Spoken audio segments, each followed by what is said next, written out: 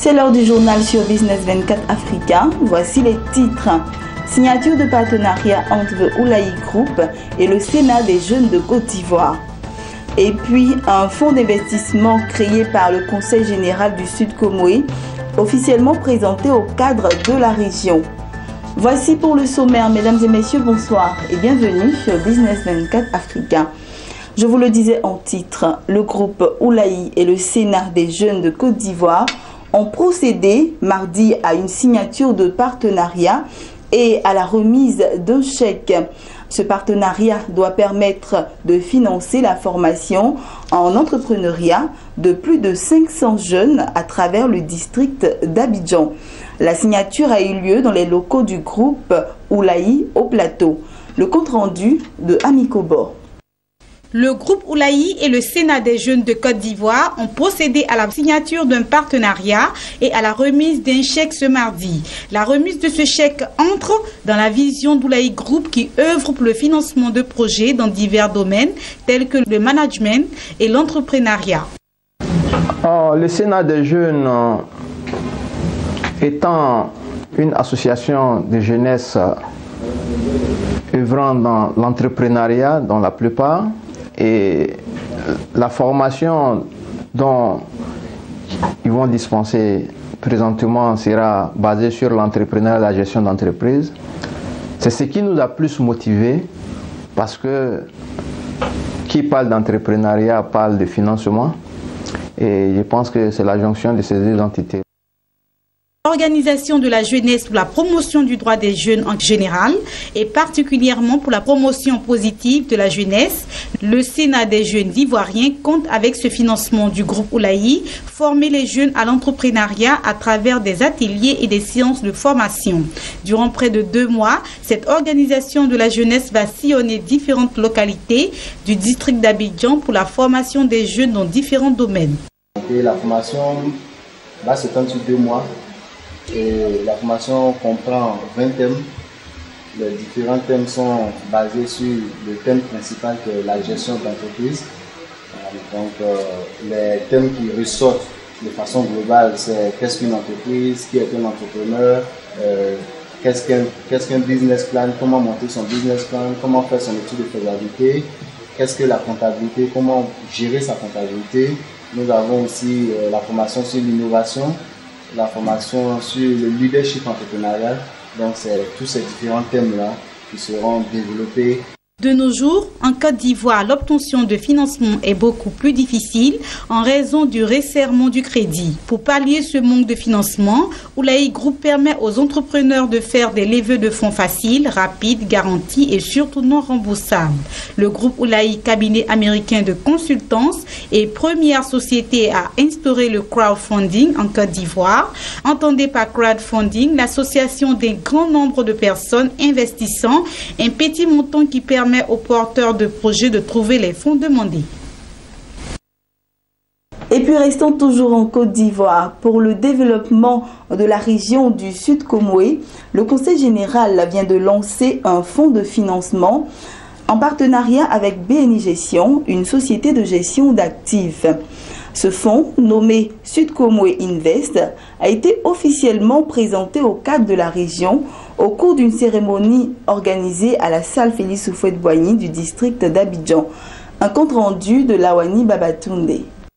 Créer la richesse pour lutter contre le chômage des jeunes et la pauvreté de la population. Voilà le principal objectif de la création du Sud Comoé Invest. Cette solution de financement alternative va permettre de multiplier les entreprises de divers secteurs d'activité dans le Sud Comoé.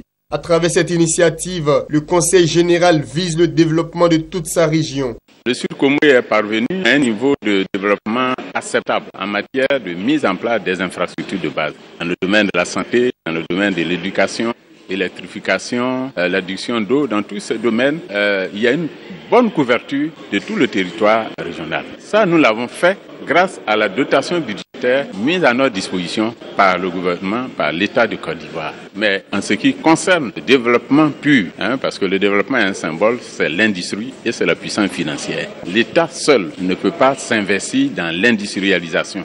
Dans ces conditions, il revient à une région qui a des potentialités, qui regarde le cadre de mutualiser ses efforts pour jeter les bases du développement. Sud Comoé Invest est une société anonyme à capital variable entre 10 millions et 1 milliard de francs CFA avec un conseil d'administration. Elle dispose d'un compte à Béni Gestion, une société de gestion d'actifs.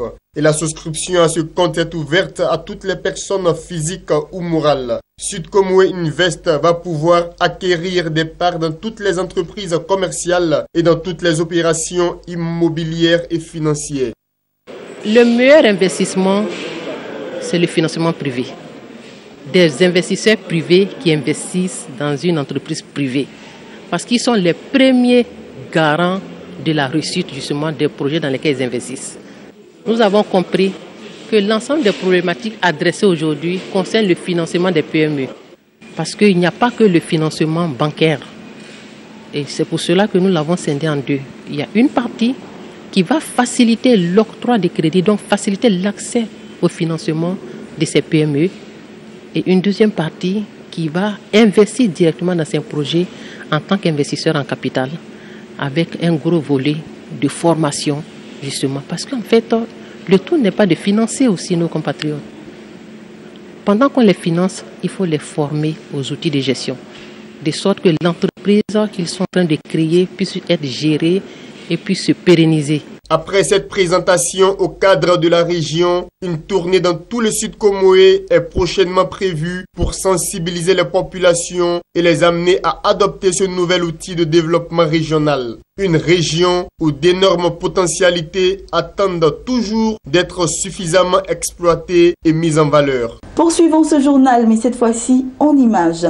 Le président ghanéen John Dramani Mahama et son homologue ivoirien Alassane Ouattara se sont rencontrés à Genève le 11 mai dernier à l'invitation de Kofi Annan, ancien secrétaire général de l'ONU. Cette rencontre intervient une semaine à peine après la décision de la Chambre spéciale du Tribunal international du droit de la mer autorisant Accra à mettre en œuvre un projet pétrolier dans la zone que se disputent le Ghana et la Côte d'Ivoire, mais imposant dans le même temps l'interdiction de nouveaux forages. Dans sa demande de prescription de mesures conservatoires, Abidjan réclame la suspension de toute opération d'exploration et d'exploitation pétrolière en cours dans la zone litigieuse. Et continuons toujours avec cette information. L'Afrique du Sud est le pays le plus compétitif dans le domaine du tourisme en Afrique, selon le rapport publié par le Forum économique mondial, World Economic Forum, avec un score de 4,08 points. La nation arc-en-ciel, 48e à l'échelle mondiale, est suivie par les Seychelles, 54e à l'échelle mondiale, avec un score de 4,0 et Maurice 56e 3,90 selon ce rapport qui mesure la compétitivité dans le domaine du tourisme et des voyages de 141 économies dont 37 pays africains. Et c'est l'essentiel de l'information sur Business 24 Africain. Bonne suite de programme et surtout, portez-vous bien.